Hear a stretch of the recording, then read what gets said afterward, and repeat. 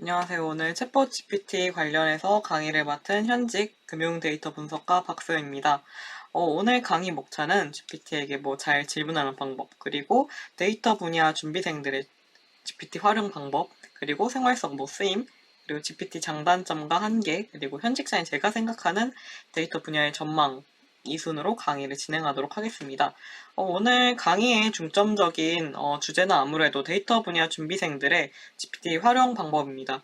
이게 준비생들의 경우에는 어떤 부분을 준비를 하는 게 좋은지 잘 모르는 경우가 있어서, 그러니까 단순히 어떤 자격증을 따는 게 개발자가 어떤 자격증을 따는 게 이제 취업에 유리하더라, 이거는 알 수 있지만 뭔가 면접이라던가 자소서를 쓸 때 좀 회사에서 좀 요구하는 그런 것들이 있거든요.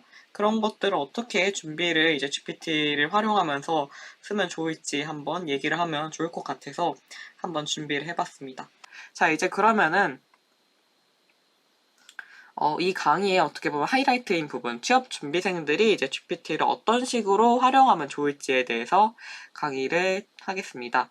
우선은 이제 어떻게 보면 조금 뜬금없을 수도 있다 생각해요. 금융 데이터 분석가가 왜 갑자기 취업 준비생들을 위해서 이런 걸 하지라고 했을 때, 나름 그래도, 홍보는 아닙니다. 그냥 요런 책을 썼었거든요. 그러니까 저는 좀 나름 짧은 기간 안에 나름 체계적으로 준비를 해서 빨리 취업을 했었던 사람이기 때문에 그냥 취업을 먼저 한 그냥 선배의 조언 정도로 들으면 좋을 것 같아서, 그리고 이런 취업을 준비를 할 때 GPT를 활용하면 좋을 것 같다라는 생각이 들어서 강의를 하고 있는 거기 때문에 그냥 조언을 그냥 편하게 그냥 들어주시면 될 것 같습니다. 이거보다 더 좋은 방법이 있거나 좀 맞는 방법이 있으면 그거를 해도 되고요.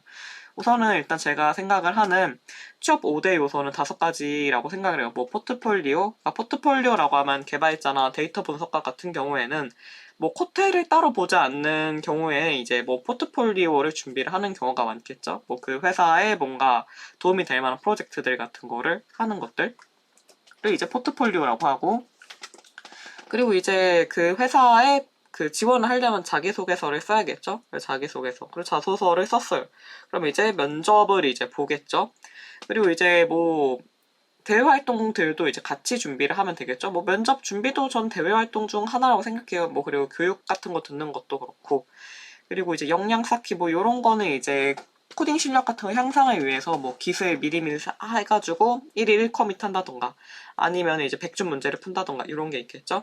자, 그러면 이제 가정을 해봅시다. 자, 우선 취업을 준비를 이제 시작을 할 때 첫 번째로 이제 만약에 이제 데이터 분석에 대해서 뭔가 이런 데이터 분야를 하고 싶어요. 그러면 개발자나 데이터 분석가, 아니 여기보다 조금 더 기획적인 뭔가 좀 창의적인 걸 하고 싶어 하면은 IT PM이라던가 그런 게 있겠죠. 근데 아직 그냥 막연하게 데이터 쪽 그냥 좋다고 하니까 하고 싶어, 그냥 연봉 좀 괜찮은 것 같고 당장 취업하고 싶어, 약간 이런 이유로 이제 이쪽을 준비한다면 그래도 적성검사를 하는 게 좋습니다. 이게 좀 외향적인 사람들은 하기가 좀 힘들 수도 있어요. 계속 좀 정적인 부분이 있기 때문에. 그래서 우선은 이제 뭘 좋아하고 잘하는지를 파악하는 게 중요하다 생각합니다.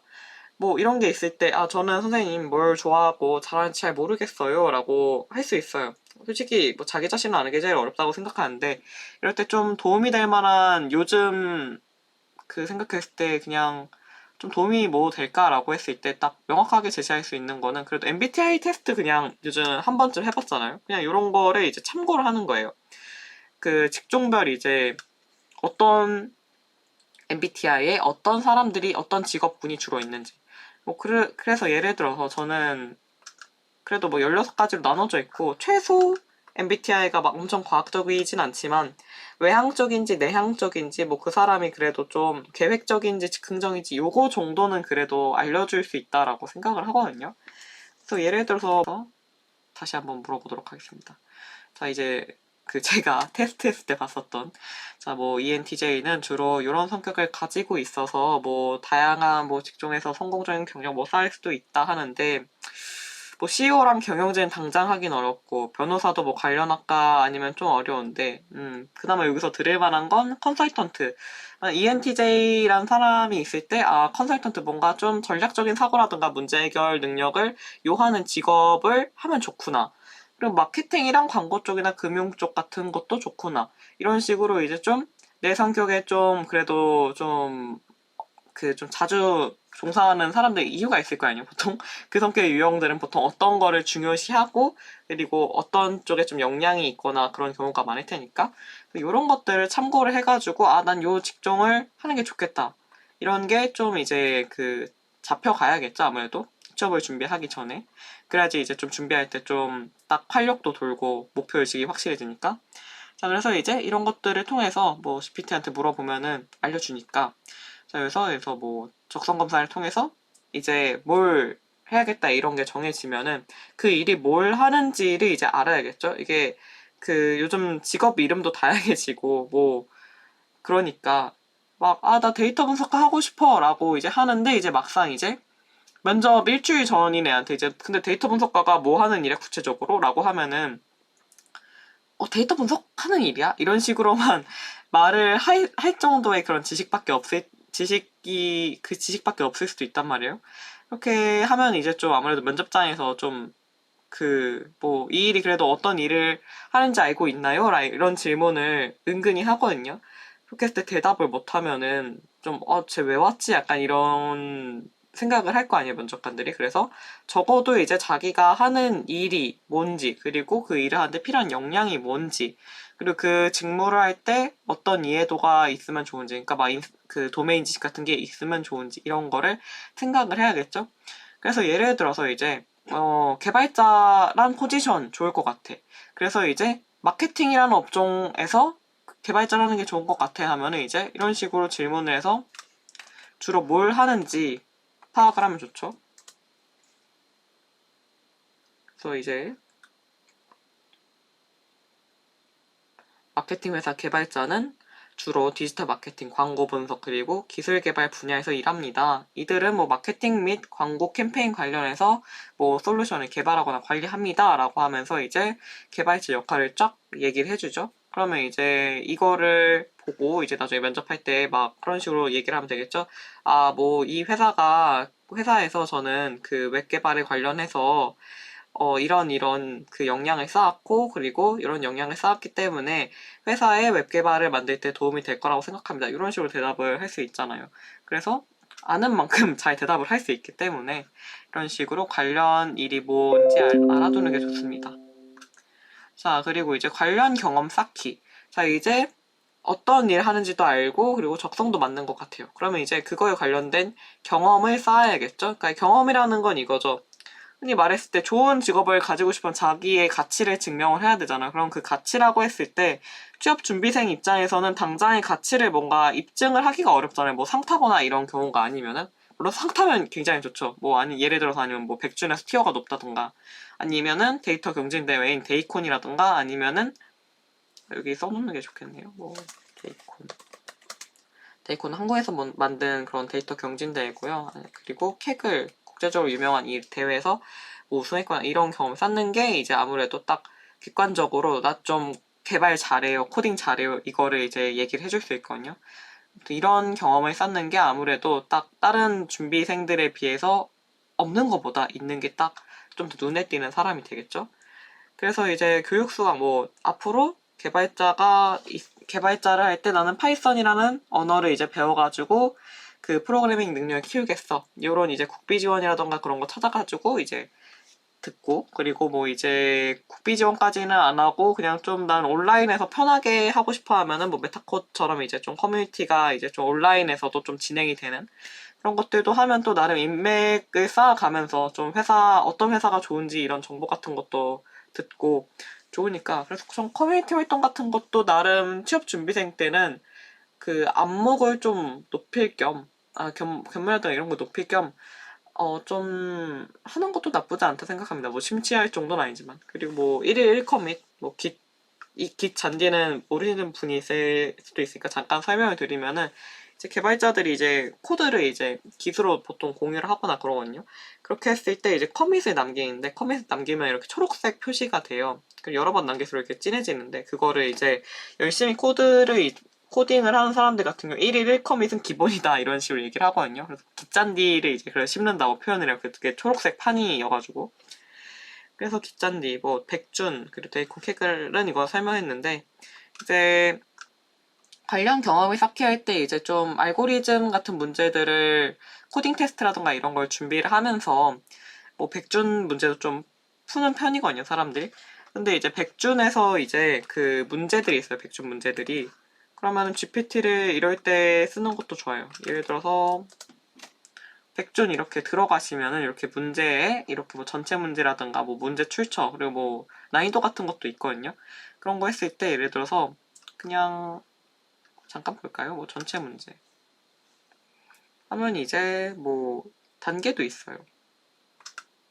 분류나 추가된 문제나 뭐 대회도 있고 그런데 아무도 못 푼 문제라든가 뭐 최근 제출된 문제, 최근 풀린 문제 이런 식으로 있는데 알고리즘 분류 문제도 있고 뭐 그런데 그냥 뭐 피보나치 수열이나 어린 왕자라고 해봅시다.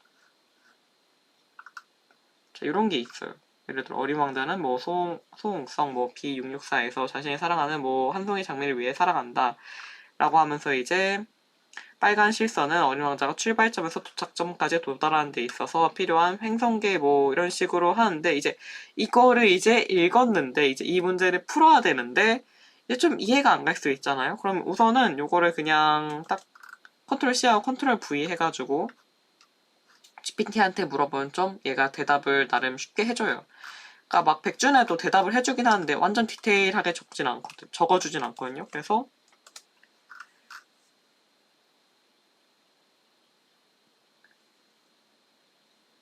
자, 이렇게 하면 이제 문제 풀어가면 되겠죠? 어떤 게 있는지.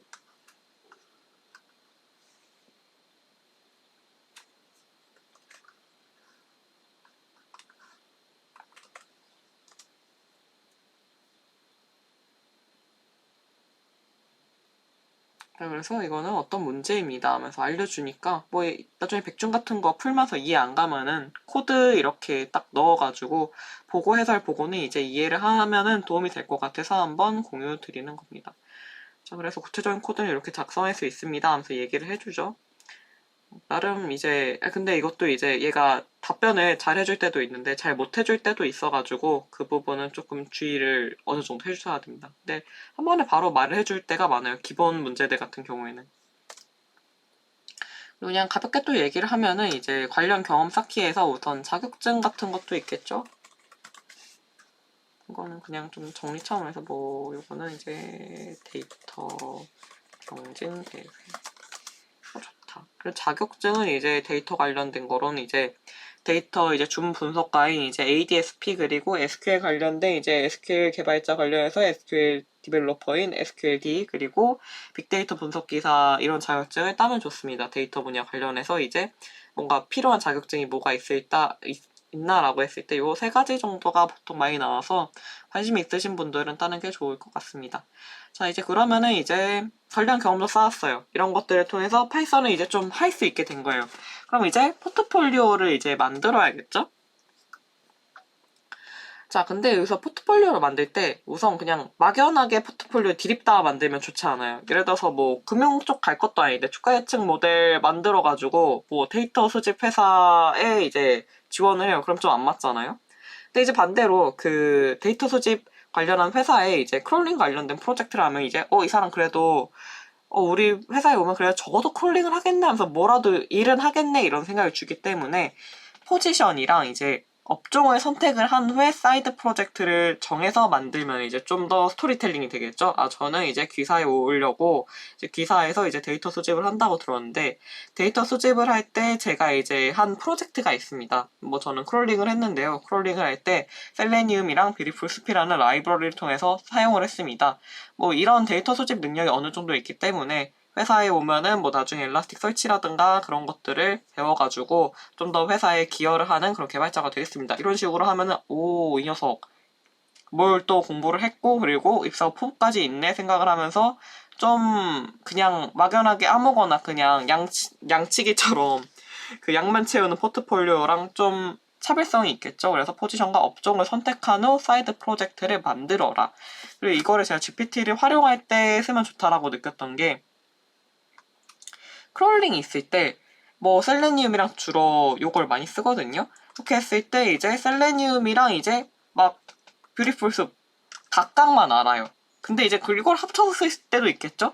그럼 이제 얘한테 크롤링을 이제 셀레니움이랑 뷰티풀 숲을 사용한 코드 예시를 해줘라고 하면 이제 알려주기 때문에 그때 사용하면 좋을 것 같아서 한번 넣어봤습니다. 자, 그리고 이런 것도 저는 나름 좋다고 생각이 들었던 것 중 하나가 포지션이랑 이제 업종에 대한 이해도가 쌓이려면 도메인 지식이 있어야 되거든요. 예를 들어 금융 쪽이면 금융 관련된 그래도 지식은 어느 정도 있어야겠죠? 최소 뭐 주식을 해봤다라든가 뭐 선물은 뭐 그렇게 좋은 예시는 아닐 수도 있을 것 같긴 한데 선물을 좀 해봐가지고 어느 정도 이제 그래도 숏이 뭔지 롱이 뭔지 뭐 차트가 뭐인지 그런 거는 알아야지 그래도 뭐 개발할 때 좀 도움이 될 거 아니에요. 그 분야에서. 그리고 뭐 달러가 적어도 이제 하나로 얼마인지라든가 그런 것들. 뭐 이런 걸 할 때 이제 아무래도 제일 좋은 방법은 그래도 저는 책이라고 생각을 하는데 필독서들이 있을 거 아니에요. 관련 직종 관련해서. 개발자는 뭐 개발만 잘하면 된다라고는 하지만 그래도 알고 있는 거랑 모르고 있는 거랑은 조금 다르기 때문에 뭐 예를 들어 이런 것들 좋을 것 같아요. 뭐 개발자들이 주로 읽는 책들 알려줘 이런 것들. 그래서 이 책들을 이제 그 쫙 본 다음에 이제 그 관심이 뭔가 좀 내용 보고 이제 좀 흥미가 있는 책을 이제 요약을 해달라고 하는 거예요.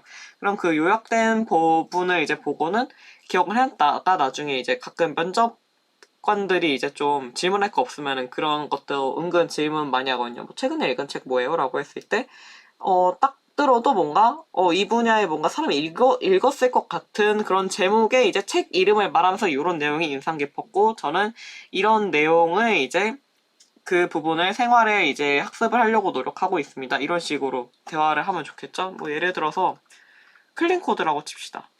이런 뭐 개발자들이 읽기 좋은 책에 뭐 이렇게 5권 있는데 이 책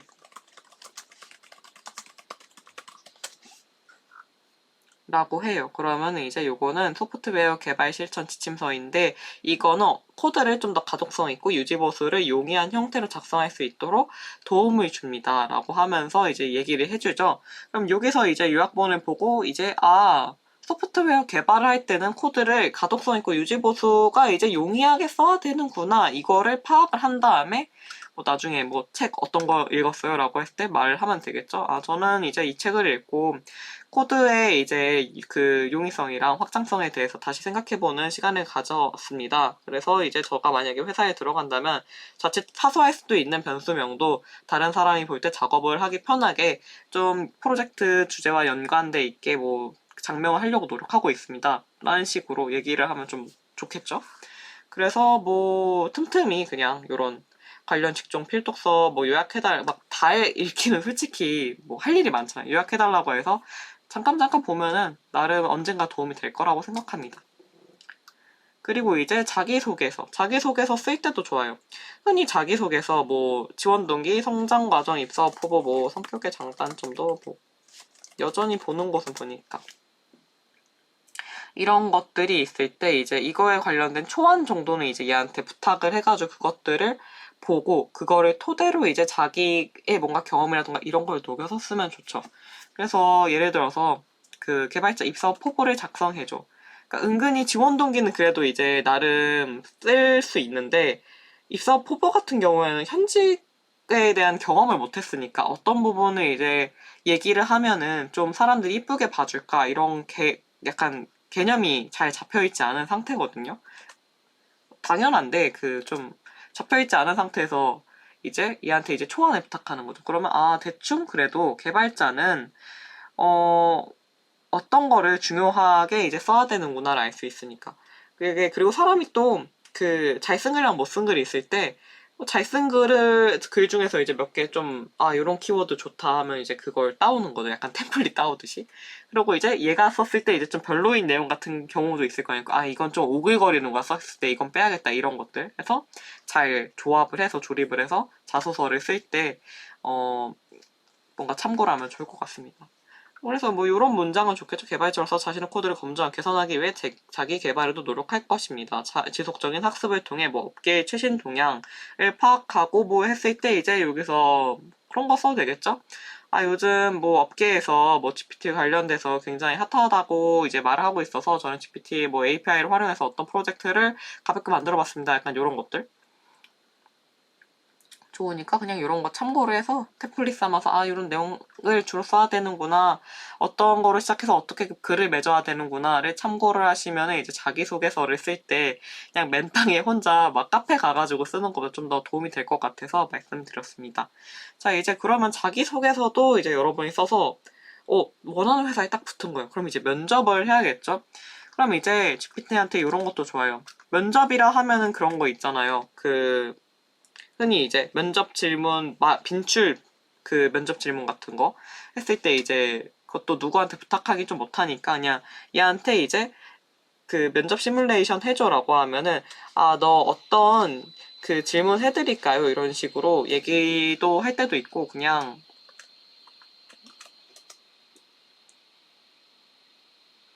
이렇게 바로 일반적인 질문을 한번 얘기를 해줄 테니까 답변 작성해 보시고 피드백이 필요하면 언제든지 말씀해 주세요. 이런 식으로 이제 얘기를 해줍니다. 그럼 여기서 이제 얘가 지금 말한 면접 질문 같은 것들을 한번 보고 이제 답변에 대한 이제 준비를 하면서 면접 준비를 하면 되겠죠? 그래서 이렇게 뭐 GPT를 통해서 자기소개서부터 뭐 면접 준비 그리고 직무에 대한 이해도를 파악을 하면 좋다라는 걸 말씀드리고 싶었습니다. 그래서 어떻게 보면 GPT 활용법은 이 말이 딱 적합하다라고 생각했어요. 이런 말이 있는데 지식은 반죽과 같아서 이제 계속해서 뭐 시간이랑 이제 노력이 투입됐을 때 더 좋은 결과물이 나온다 말 약간 이런 거거든요. 그래서 뭐 자기소개서라든가 이런 취업 준비 과정 자체가 이제 좀 시간이랑 노력이 좀 투입이 돼야지 좀 좋은 결과가 딱 생기기 때문에 잘 노력을 해서 원하는 그런 결과가 있기를 바라겠습니다. 자, 이제 그러면 조금 가볍게